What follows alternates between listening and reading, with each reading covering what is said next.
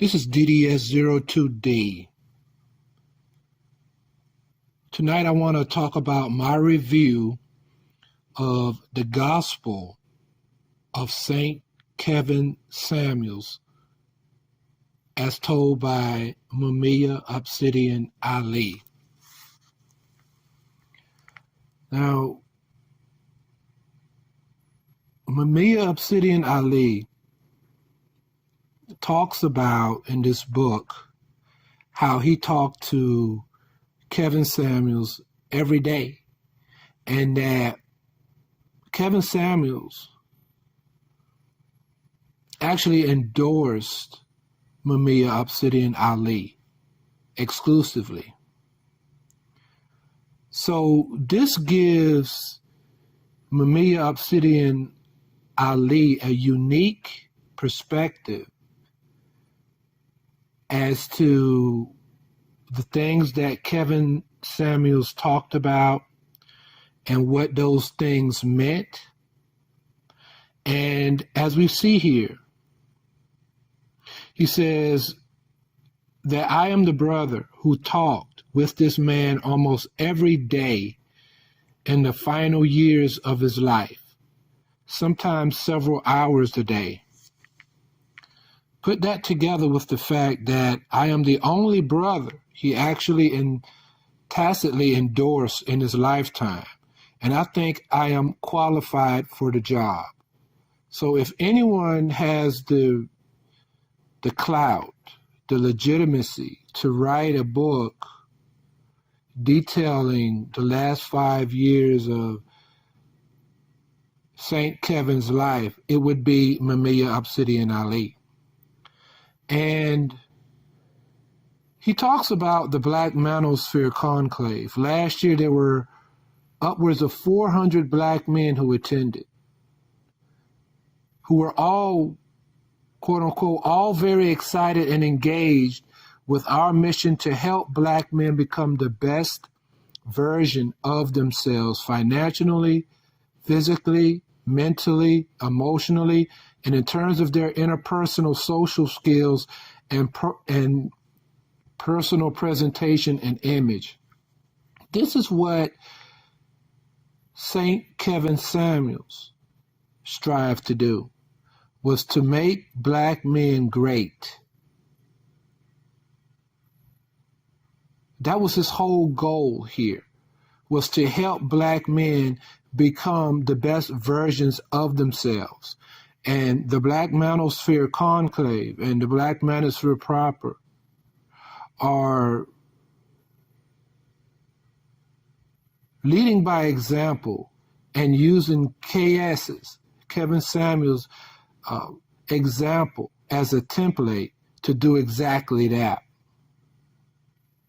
So in the beginning of this book, Mumia Obsidian Ali talks about how Kevin Samuels was a devout Christian. And some of the impetus as to why he is described as Saint Kevin is because he has the patience and grace under fire that saints exhibit. Not only that, but the last conversation that Obsidian had with Kevin Samuels was on Easter Sunday. So I thought that was very, very, very interesting. He talks about here in the beginning about the ad hominem attacks. He talks about ad hominem.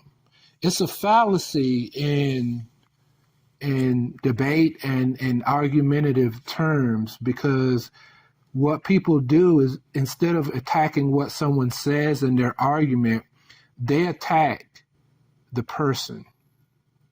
And we have noticed that so many people have fallen into the fallacy of ad hominem when it comes to our dear St. Kevin. Here, quote, the Clubhouse Mad rapper was keen to rattle off the litany of foibles and failures of Kevin Samuels, that he was married and divorced twice, that he fell behind on his child support to his daughter, that he lived in a boarding house in Atlanta, and prior to that had multiple evictions in Houston, the very same city we were in for the conclave event. Kevin's BMW had a major oil gasket leak that he couldn't afford to have fixed. And as a result, his ride was leaking oil everywhere he drove, that he lied, quote unquote, lied about being a college dropout, when in reality, Kevin had never said that he was a graduate of the University of Oklahoma, and in fact dropped out twice due to very real cancer scares as a younger man. See, what we noticed here is nothing that attacks what Kevin actually said. Nothing that actually attacks any of his arguments at all. Any of the premises, not one iota. It's full of personal ad hominem attacks. This is how you know that you're losing an argument, is when the attacks become personal instead of on topic, on the actual arguments. Very, very interesting. So what we noticed is that it wasn't just black women who had these ad hominem attacks. It was a lot of black men.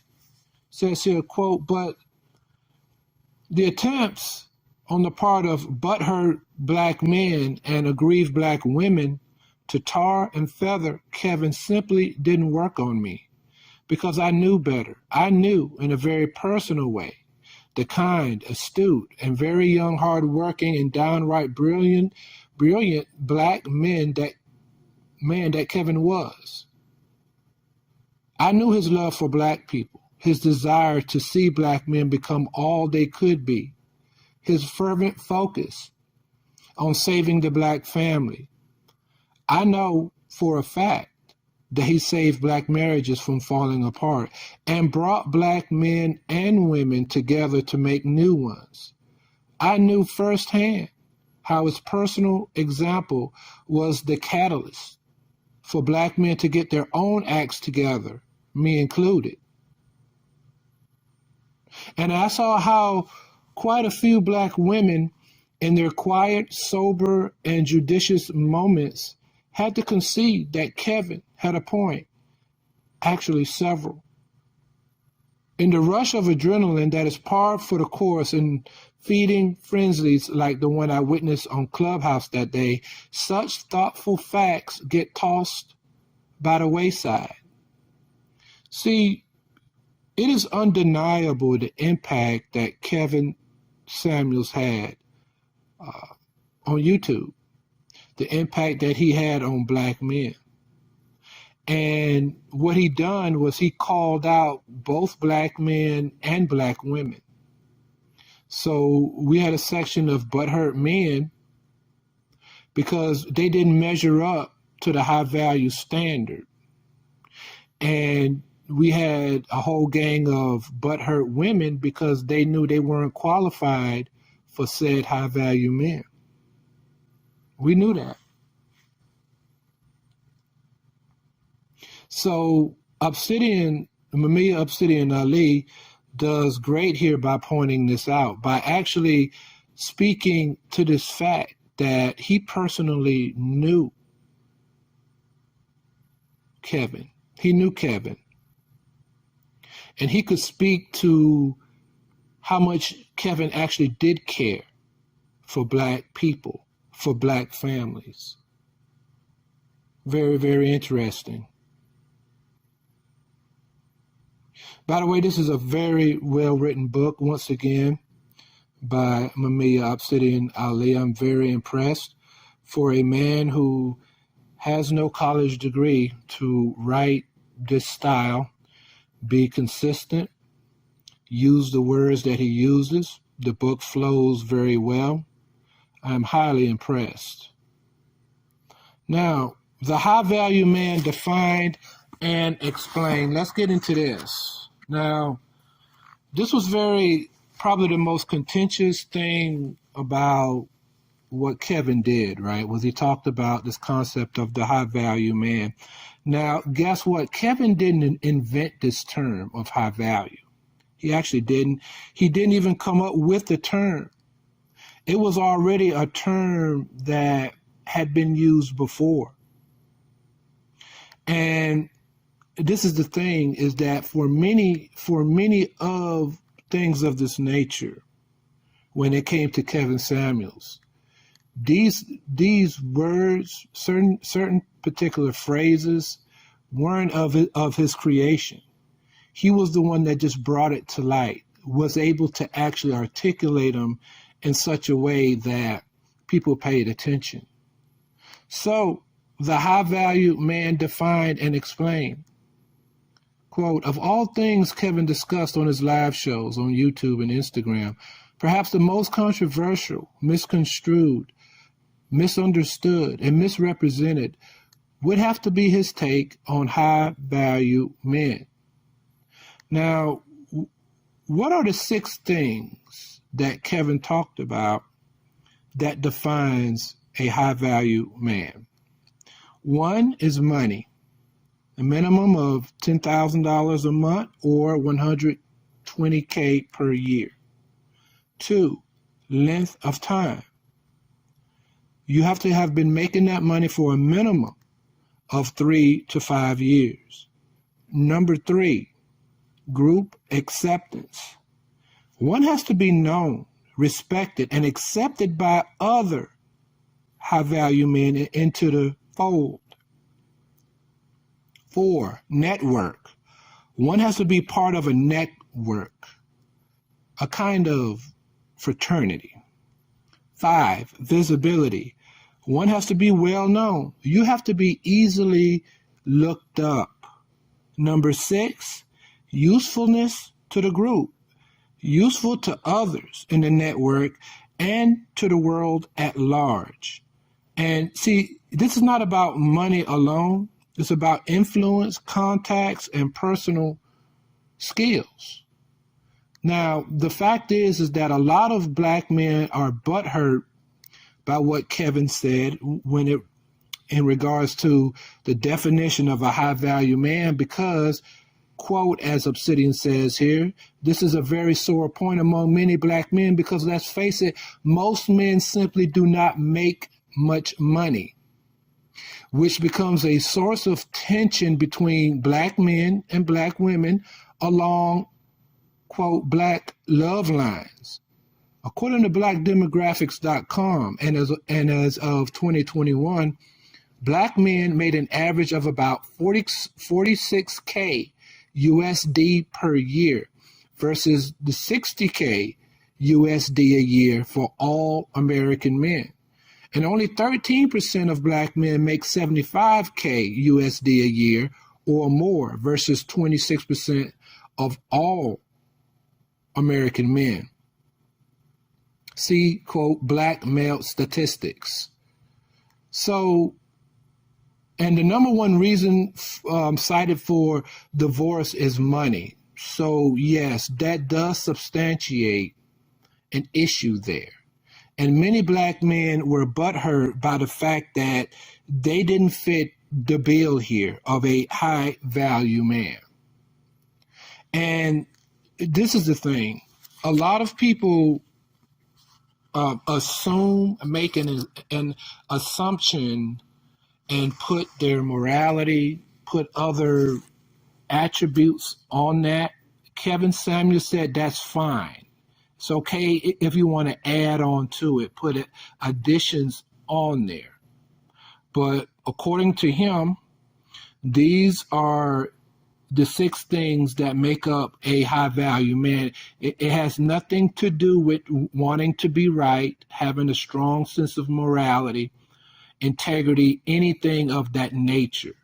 This is what the world has dictated that what a high value man is. So, quote, here says, like all women, black women want men who are economically strong and for good evolutionary reasons. Look, we have to understand the importance of money. Don't be blinded by love, by things that are intangible. We're talking about what has been the standard for high value for hundreds, if not thousands of years when it pertains to men. And it comes down to resources. It comes down to money. And there is a dollar figure here. If you don't meet it, look, strive for it. Do all of the things that Kevin and us here in the Black Manosphere proper preach to strive for that mark. That's what's the message here. Become a better version of yourself. But to have an illusion that money doesn't count when it comes to dating and mating and things of that nature would be doing yourself a disfavor. And he says here, quote, many black men are economically weak. And this has noticeable knock-on effects on their dealings with black women. And this is a very sensitive fact for them to admit. Look, men have a lot of pride. They have this thing of ego and pride. And Kevin Samuels knocked on their ego. Said, look, there is a standard here for high value that the world has dictated here. And you don't fit the bill. The fact is that there is only a very small set of black men who actually fit this bill. The facts are the facts. It doesn't matter how you feel. It doesn't matter what you think about it. It doesn't matter. The facts stand on their own. Right? And we are in the Black Manosphere proper, we are pushing men, encouraging men to be their best selves, to get to this standard here, to do the very best that they can. Many will try and fail. But the fact is that you making that attempt will make you a better man, point blank, period. You making that attempt will open up options for you, particularly with women. You making that attempt will reveal something in you that you didn't think you had. And look, there is a template for this. And Kevin Samuels left behind that template. Quote, the truth of the matter was that Kevin's point here of making said 10K USD a month and up for a minimum of 3 to 5 years or more is because in order to be a high value man, you have to have a degree of stability. So that goes to the point number 2, the length of time. That shows a level of stability there. Because anybody can be a one-hit wonder. What about 4, 5, 6, 7, 8, 9, 10 years of doing that? That shows a level of consistency that is required. Let's talk about point number 3 there with the group acceptance. Quote, yet another area of contention for many black men, because like it or not, we have a perception of not playing well with others. And look, I've got to stop it here because I have talked about this ad nauseum in the past on multiple streams, is that there is an animosity among black men, and it's not good. It's not good. There's a sense of strong competition there. There's a sense of a crab in the barrel mentality that is not productive. So going forward, many of us try to palm our antisocial behavior or otherwise social awkwardness off as being a lone wolf, or more commonly put in certain dark corners of the internet, being a sigma male. But the simple truth of the matter is that many black men aren't where they could be because of their lack of social and interpersonal skills. Look, in the book of Obsidian, A Guide for the 21st Century Black Gentleman, he talked about having a social life, being able to network. And this is something that Kevin Samuels talked about ad nauseum as well, is being able to have a list of people that you can call, that you can help, that can help you as well. The relationship has to be one where both parties can help each other. Having a list, being social is very important. This deal with this being a rolling stone, a lone wolf, it's been ingrained in us as black men to, do it alone and, I don't need no help, things like that. That's not good. This is something that actually black women are good at, that we can learn from black women from. Is this whole idea about social networking, talking, being able to hold a conversation with each other. That's what happens at the Black Manosphere Conclave. This is what happens with high-value men in their fraternities, in their group, and in their group sessions, is that there is a conversation that is being had, honest conversations. Can I help you? Can you help me? Things of this nature.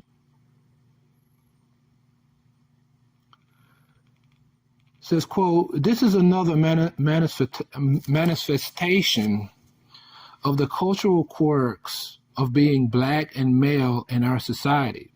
The idea of working alone, not needing anyone, and other such nonsense that hinders our advancement, growth, and development on the national and international stage in the 21st century. I couldn't agree more. This is something that myself, I have to get better at doing. That mindset was instilled in me and reinforced through experiences and things of that nature, but it's really not a good one. You have to be able to network with others, work well with others, things of that nature. Start off small. We don't expect you to have it all figured out after reading this book or after watching all of Kevin Samuels' videos, but we expect you to put in the work. Put in the work. It says, the truth is that black men do not trust each other, and many of us are envious of each other. And that is why we have so little group cohesion, and by extension, groups to be accepted by in the first place.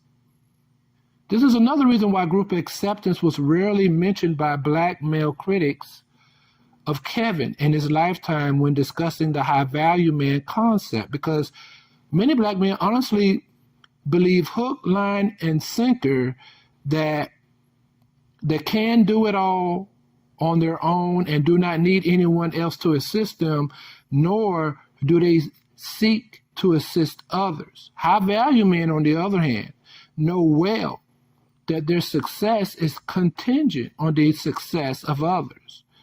And while they don't have to be interpersonal social skill experts, they do have to be able to function well with others, to be a team player, and to be seen and accepted by other high-value men as an asset to the squad with something valuable to offer.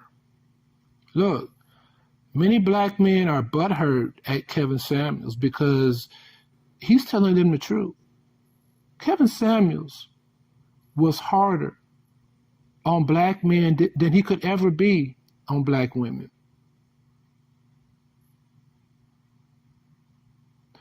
That is the God-honest truth, and Obsidian talks about this ad nauseum here in this book. So, moving forward here, let's go to this concept of rappers, ballers, and other entertainers are not included in the high value man designation. Look, and this is simply because, and Obsidian talks about this, is that the money was made differently. Kevin Samuels was clear about this.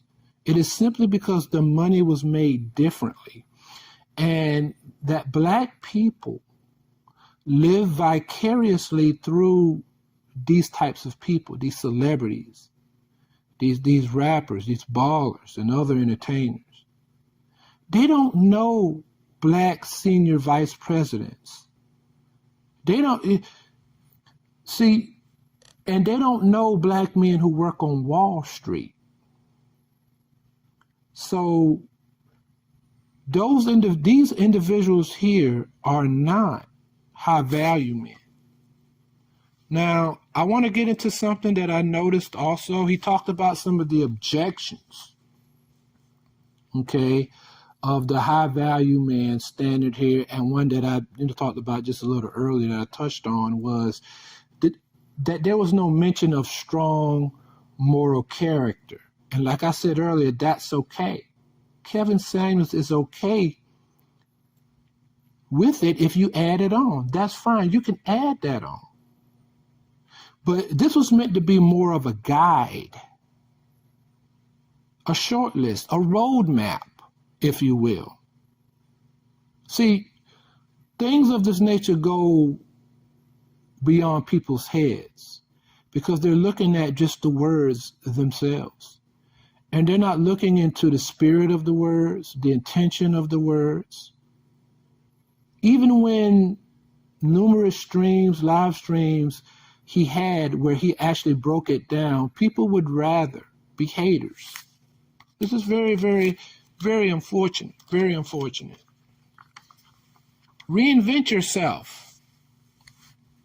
So, in the 48 Laws of Power, written by Robert Greene, quote, be the master of your own image rather than let others define it for you.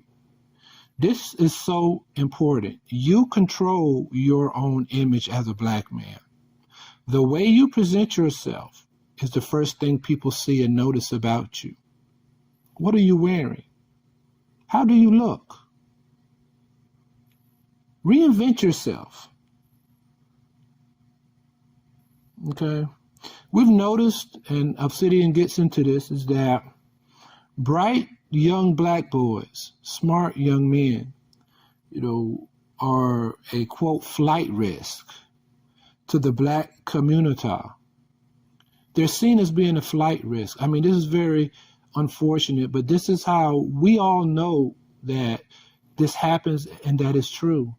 Any black girl, any black boy that is intelligent and smart is seen as acting too white, that they're not black, even in their own community, their own racial group. I see it as being dysfunction, true and utter dysfunction. And keeping it real, the shaming tactic that they use on intelligent young men of you need to keep it real is just an attempt to keep those black boys or black men down on the farm. It's very unfortunate. So the question is, how? How do we reinvent ourselves? Answer, and Kay has talked about this, understand and play by the rules.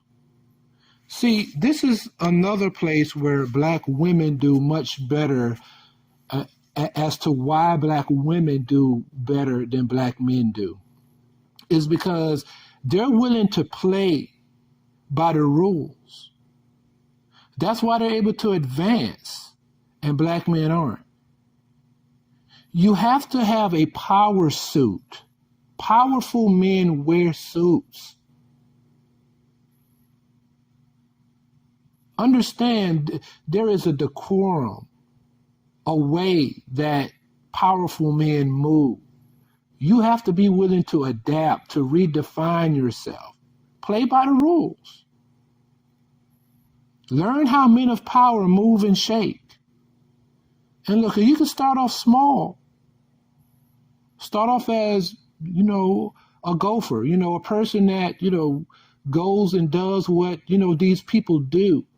And they, slowly but surely give you more and more important tasks to do over time. Basically small assignments at first, but then more substantial tasks later on. See, one of the biggest differences between losers and winners is the willingness to do what it takes to win. You have to play by the rules. Here, we talk about owning your own past, but do not be defined by it, okay? Fully own who you are, where you come from. Fully own what you've done in your life. Because this vulnerability shows people that you are by no means perfect, just like everyone else. So, here quote, although many of us brothers put on a great front, we are more concerned with what the outer world thinks of us than we're willing to let on. It can serve us well in some instances and undermine us in others.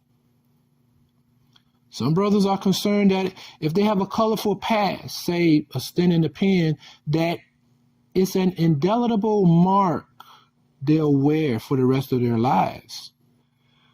Or they may have something else about them that polite society may find objectionable. See, this is the deal, is that you own your past and you learn from it. You don't repeat the same mistakes that were done in the past. You become a better man. This is about self-improvement, redefining and reinventing yourself. That's what this is. Reinvent yourself and win. Black men, do you know your ABCs? What did St. Kevin tell us about this? Do you know your ABCDs? Appearance, that's the A. Do you look the part? Behavior, B. Do you act the part? Communication, C. Do you communicate verbally and non-verbally the part in line with your image or brand? And D, digital footprint. Does your online presence align with your real life one? The question is, well, does it? Okay? And if it doesn't, these are things that you can quickly address. Your appearance. And look, your appearance and behavior must align with themselves. So you can't just, look the part and then not act the part. There is a gentleman's code. And we've talked about this ad nauseum. We are not going to be yelling on panels. We're not going to be cursing women out. We're not engaging in that type of activity. We're drawing a red line in the sand between us and the problem. And look, Obsidian talks here, Black women consider a man's appearance first. Black women have been known to have higher mating standards. That is a fact. And they consider your appearance first. So your appearance is very important. Behavior. Okay, an excellent quote from the book here, from Kevin, is, I'll be nice with you if you're nice with me. Okay? Reciprocity, that's what that means. It means a sense of, if you treat me right, I will treat you right. If you respect me, I will respect you. Behavior. Communication. Look, you're not just speaking for yourself when you're on a panel or when you're anywhere. you're also speaking for the other black man beside you.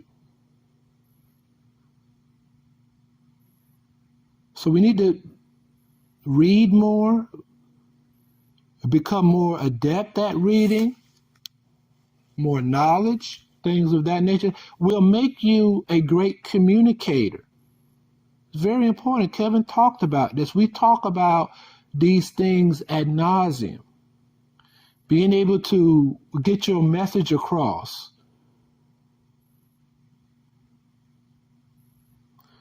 But what we've seen and what Obsidian talks about here is that many brothers are parroting his words but not emulating his actions. And for me, there's a famous Bible quote, faith without works, right, is dead. Look, you have to put in the work. You have to put in the work. You can't just say it. You got to put in the work. That is what we're looking for. It's what we're looking for. He talked about frames, footwear, and fragrance is about a lot more than mere fashion, style, image, or even being more attractive to the lady folk, though all of the above is certainly in the mix. It's about black male self-care too. At least it is to me. These are the 3 F's, right? And Kevin talked about this as the foundation of any man's image. And these are things that a man can do right away. Frames, quality eyeglass frames. These frames, they quote unquote frame your face and accentuate the best features about it. Now, KS had JMM frames, but people look at your face first and foremost. This is the appearance part, okay? And when in doubt, just do what St. Kevin said, okay? There's already a template there to follow. Footwear, Oxfords, monk straps. And very interesting quote here from Obsidian. He talked about the term of suited and booted. I didn't know this part, but the reason why they called it booted was before they had dress shoes, they were boots. So that's why it was called suited and booted. See, we all learn something by reading. Okay. Fragrance. And, Obsidian says that KS studied chemistry at the University of Oklahoma. Okay, so he talks about these quote unquote Tom Ford scents. So it's something definitely to look at. And look, self-care is for black men too. It's not just for black women or women. Self-care is important, and it's not a feminine thing. You have to care about yourself as a black man and your appearance. There's nothing unmasculine about that. Let's keep it going. So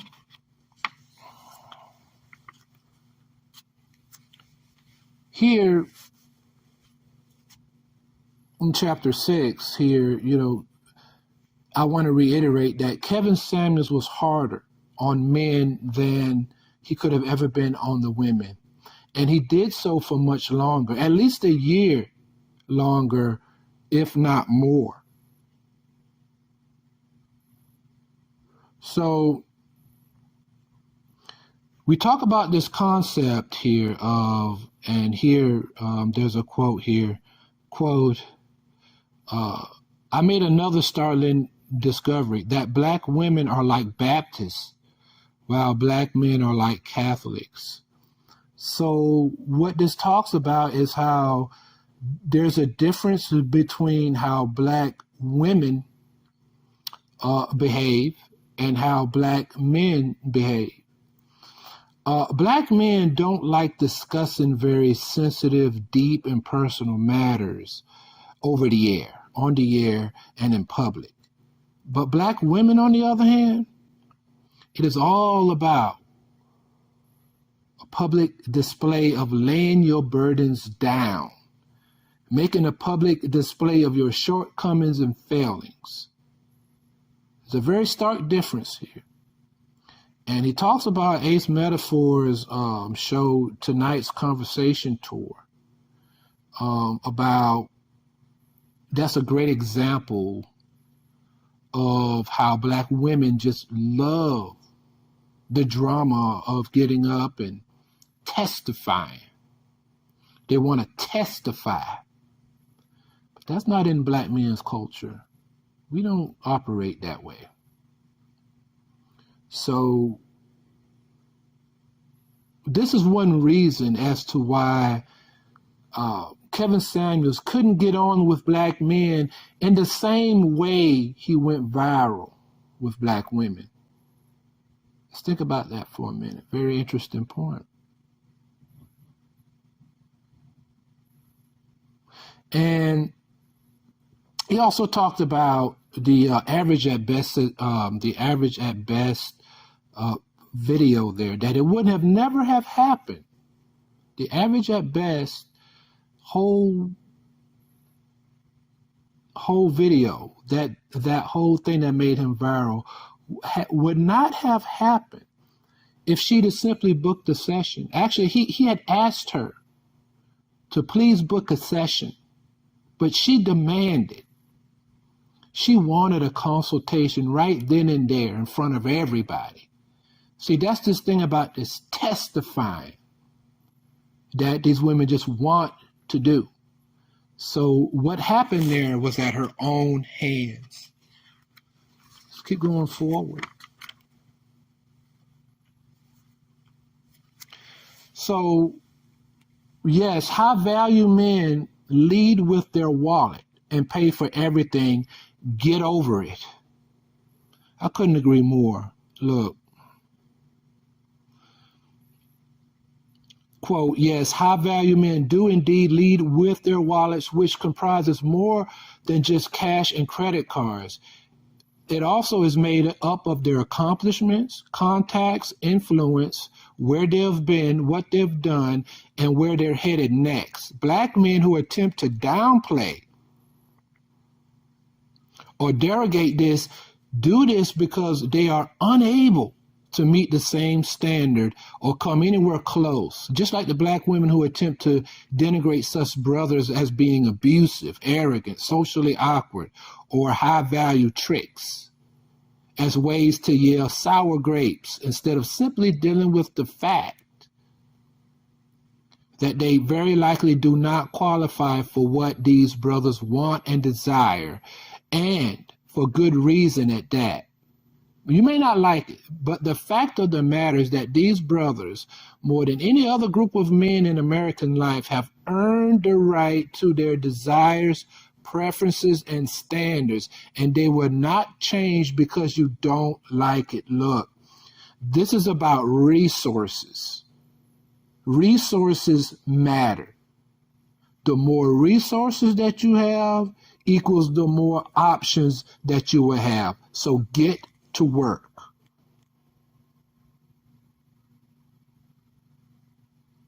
It's standard operating procedures for a high-value man to pay for everything. It's nothing unusual. These are transactional relationships. Look, high-value men don't have Lizzos on their arms. That is not what is attractive to a high-value man. And she finally realized, right, her prospects were highly diminished at over 300 pounds. This is a quote from Obsidian. She finally realized it. She got in the gym, did whatever she had to do to lose weight. She finally got it. And just like I said, this is not just about the wallets. It's about their accomplishments, their contacts and influence. That's how they lead. Look, just like I've said, this hurts some Black men's feelings, but the fact is that, you have to realize that these are facts, these are truths, and it has nothing to do with emotions. It has everything to do with, you trying to meet that standard, making an attempt to meet that standard. Here, your problems aren't big enough. Quote, your problems aren't big enough. Seriously, though, Kevin was 100% correct about this. If you got enough time to be worried about what another man is doing in his bedroom or how much money he's spending on a woman you don't even know, then your problems in life are not big enough. Look, you as a upcoming young man out here have things that you got going on. You got school to attend, trade school to attend, fraternities to be a part of, social outings to attend, marriages to attend to, stocks to invest in, so many things to do. If you're spending your time on a social media platform worrying about what another man is doing in his bedroom, then you obviously don't have big enough problems, right? It says, quote, if your day revolves around spending countless hours online talking about how other black men look and you're not even gay, your problems in life are not big enough.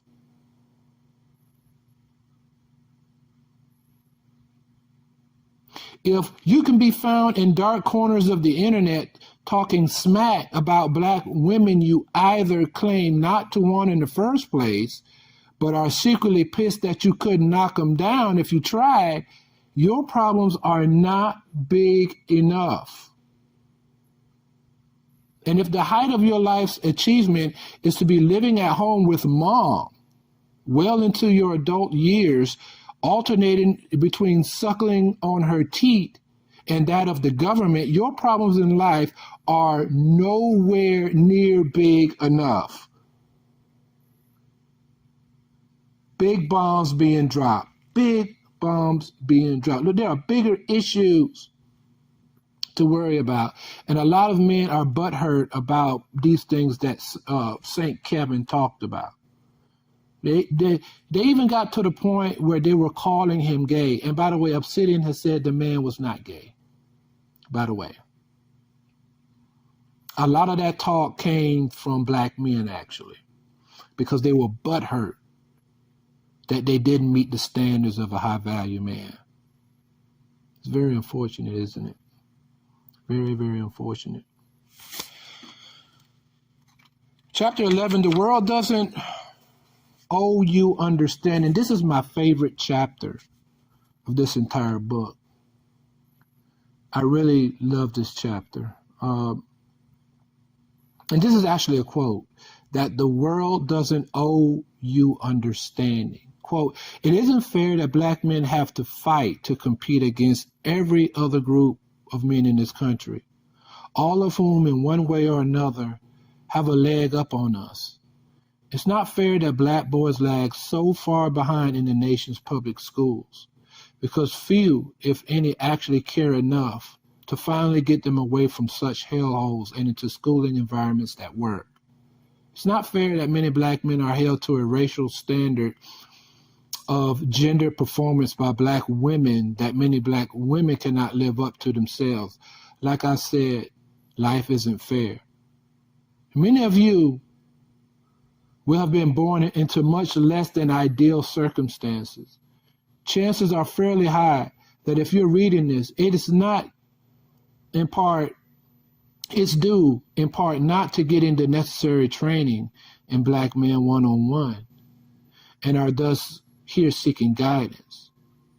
This would be due to the lack of fathers, or failing that, and in more cases than we're willingly open to admit, father figures of just about any kind throughout today's black precincts. In addition to lacking fathers and paternal figures in the home, many of you have also borne the brunt of harsh and even abusive treatment at the hands of the maternal figures in your lives. Some of them are your own mothers, and which fully explains how and why you're so pissed off at Black women more broadly. These and related setbacks, like the ones in the above section, all conspire to account for how and why you've been hampered and stymied financially, educationally, socially, and even, perhaps most importantly, romantically. But with all that said, and as Kevin said himself, it's not your fault, but it is your responsibility to do something about all of the above, to fix all that is wrong with you, that were done to you by your parents, other family members, your community, and indeed your country. So there's no excuses. It's not your fault, but it is your responsibility to fix it, to become a better man. And something that I really liked that he talked about a little further in this chapter was, like, don't try to be the select F-boy. Just be the best version of you. Be the best you. Work on you.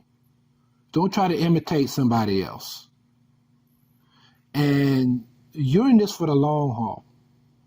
Your ability to be able to persist and last, because your dedication to whatever that you're doing is going to put you over the top in the end. I really love this chapter.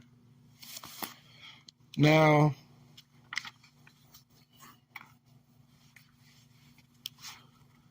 he talked about in chapter 12 the Nicki Minaj situation, and I just want to say like a few brief things about that. So with Kevin Samuels, you know, he did an interview with her on her Instagram page. And the thing is that he was a guest in her house, her Instagram house.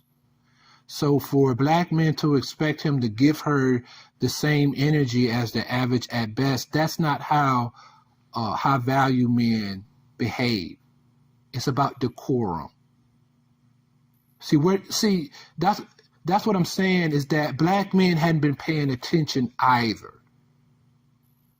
There is a way that you conduct yourself as a gentleman, a 21st gentleman out here. But so one of her concerns was she was what she considered to be a disturbing trend of how Black men are accosting random Black women. Now, the problem here is that she has a point, but there's plenty of blame to go around. If KS was putting a battery in average at best men, then Nicki Minaj and others are putting a supersized battery in the average at best women. You know, so that handles that. And he did assess her at a 9, and a lot of men were upset about that. Look, she didn't earn her money by being average at best looking. Her net worth, Obsidian says here, is $150 million. So what the world has said is that, yeah, she's a 9.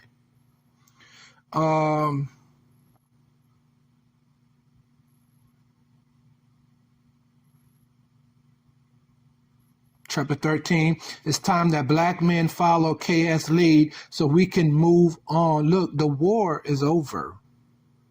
It's time to get to work. When in Rome, do as the Romans do. We're talking about this corporate world.